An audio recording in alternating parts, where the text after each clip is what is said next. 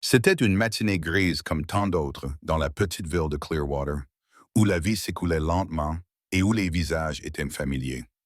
À l'intérieur du vieux restaurant de Main Street, l'odeur du café frais et des toasts beurrés emplissait l'air. La pluie tapait doucement contre les fenêtres et le bruit d'une plaque chauffante grésillante servait de musique de fond aux conversations tranquilles des habitués. Parmi la foule habituelle, une jeune serveuse nommée Mia se déplaçait entre les tables avec son sourire habituel, équilibrant les plateaux et remplissant les tasses. Ses cheveux étaient soigneusement attachés en arrière. Son uniforme bleu était légèrement décoloré et ses chaussures usées par de longues journées de travail. Mais son cœur était plus grand que son salaire, et c'est ce qui la rendait différente. Chaque matin, à 8h10 précises, un homme âgé nommé Monsieur Harris franchissait la porte vitrée du restaurant. Il portait toujours le même manteau gris et le même chapeau marron, son visage marqué par des années d'histoire que personne d'autre ne semblait connaître. Il s'asseyait près de la fenêtre, à la même table tous les jours, et commandait toujours la même chose. Un café noir, 2 tranches de pain grillé et des œufs brouillés. Mais contrairement aux autres clients, il ne parlait jamais beaucoup. Ses mains tremblaient légèrement lorsqu'il tenait sa tasse, et parfois, il regardait la pluie tomber pendant plusieurs minutes, perdu dans ses pensées. Mia l'avait remarqué dès sa première semaine au restaurant.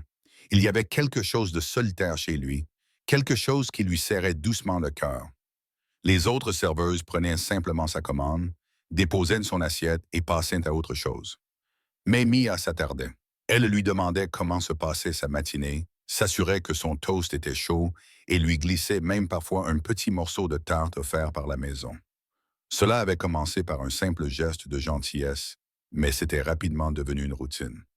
Chaque matin, elle l'accueillait avec un sourire et une tasse de café frais avant même qu'il ne le demande. Herb, si vous croyez en la gentillesse, aux secondes chances et au pouvoir des petites bonnes actions, prenez un instant pour aimer cette vidéo, commenter vos impressions, la partager avec d'autres et vous abonner à Kindness Thread. Votre soutien nous aide à continuer à diffuser des histoires vraies qui réchauffent le cœur. Herb.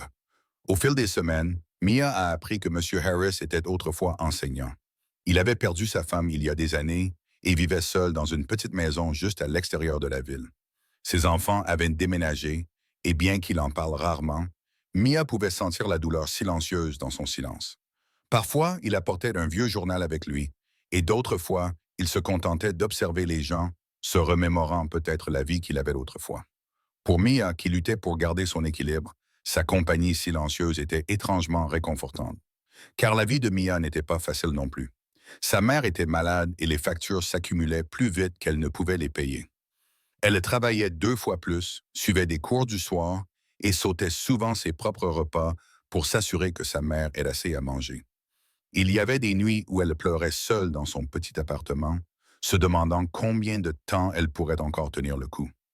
Mais chaque matin, même si elle était fatiguée, elle accueillait M. Harris avec chaleur. L'aider, même de manière modeste, lui rappelait que la gentillesse comptait encore, que la vie n'était peut-être pas qu'une succession de difficultés. Un matin d'hiver glacial, alors que la neige commençait à tomber, M. Harris ne se présenta pas. Mia le remarqua immédiatement. La table près de la fenêtre resta vide et elle sentit son cœur se serrer d'inquiétude. Le lendemain, il n'était toujours pas là. Elle demanda même à quelques habitués s'ils l'avaient vu, mais personne ne savait où il était. Le troisième matin, elle appela le petit hôpital local et son cœur se serra lorsqu'elle apprit qu'il avait été admis après une chute chez lui. Sans hésiter, elle prit sa courte pause et alla le voir. Lorsque Mia entra dans la chambre d'hôpital, M. Harris avait l'air fragile, mais surpris et reconnaissant. Personne d'autre n'était venu. Elle resta à ses côtés pendant quelques minutes, lui apporta un petit muffin du restaurant et lui promit de prendre de ses nouvelles jusqu'à ce qu'il aille le mieux. C'est ce qu'elle fit pendant toute la semaine suivante. Entre 2 services, elle lui rendait visite, lui apportait de petites choses, du café, une fleur, parfois juste un sourire. Les infirmières ont commencé à remarquer son dévouement et se sont mises à chuchoter entre elles que la serveuse du restaurant avait un cœur en or. Une semaine plus tard, M. Harris est revenu au restaurant. Il marchait plus lentement, ses mains étaient plus faibles, mais ses yeux étaient plus doux, voire plus brillants. Quand Mia l'aperçut, son visage s'illumina. Elle l'aida à s'installer à sa table, s'assura que son manteau était bien accroché et lui apporta son petit déjeuner avec une attention particulière. Il ne parla pas beaucoup ce jour-là, mais avant de partir, il la regarda longuement et lui dit doucement « Vous me rappelez, ma fille ». Mia sourit, sans se rendre compte de l'importance que cette petite phrase prendrait plus tard. Les jours se transformèrent en semaines et les choses reprirent leur douce routine. Jusqu'à ce qu'un matin, quelques mois plus tard, quelque chose d'inhabituel se produise. Il était un peu plus de 8h10 et Mia était en train de remplir les sucriers lorsque la porte du restaurant s'ouvrit. Mais ce n'était pas M. Harris. À la place, 4 hommes en costume noir entrèrent, leur présence si imposante qu'elle rompit le calme de la salle. Derrière eux venaient 2 avocats à l'air sérieux, tenant des dossiers, et tout le restaurant se tut. Mia se figea lorsqu'ils s'arrêtèrent près de son comptoir. « Êtes-vous Mia ?» demanda l'un d'eux. Son cœur fit un bond. « Oui, y a-t-il un problème ?» L'avocat sourit faiblement. « Nous représentons M. Harris. » Avant qu'elle n'ait pu répondre, l'un des hommes lui tendit une enveloppe scellée. L'avocat poursuivit. « M. Harris est décédé la semaine dernière. Il parlait de vous en termes élogieux. Il voulait que nous vous remettions ceci en main propre. » Mia eut le souffle coupé. Le bruit des couverts, le brouhaha des conversations, tout autour d'elle s'estompa dans le silence. Elle entendait à peine sa propre voix murmurer « Il est décédé ». L'avocat acquiesça, d'un ton désormais doux. « Il vous a laissé quelque chose. » L'enveloppe contenait une lettre manuscrite et un document plié. Ses mains tremblaient lorsqu'elle l'ouvrit. La lettre était simple mais sincère. M. Harris la remerciait pour sa gentillesse, pour la matinée qu'elle avait illuminée, pour la chaleur qu'elle lui avait apportée et pour lui avoir rappelé que la compassion existait encore dans un monde qui l'oubliait souvent.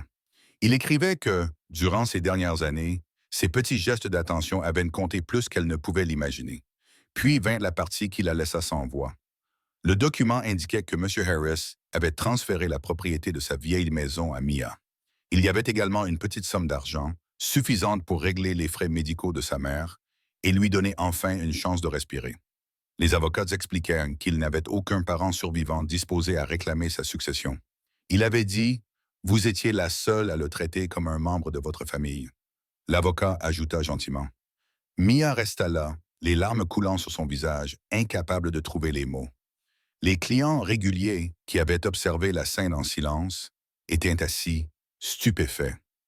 L'homme qui s'était assis dans ce coin pendant des mois, sirotant tranquillement son café, avait laissé derrière lui un héritage de gratitude pour la seule personne qui s'était souciée de lui. Ce soir-là, Mia se rendit chez lui. La maison était petite mais chaleureuse, remplie de livres, de photos et de souvenirs figés dans le temps. Sur son bureau, elle trouva une photo encadrée qu'elle n'avait jamais vue auparavant. C'était une photo d'elle et de M.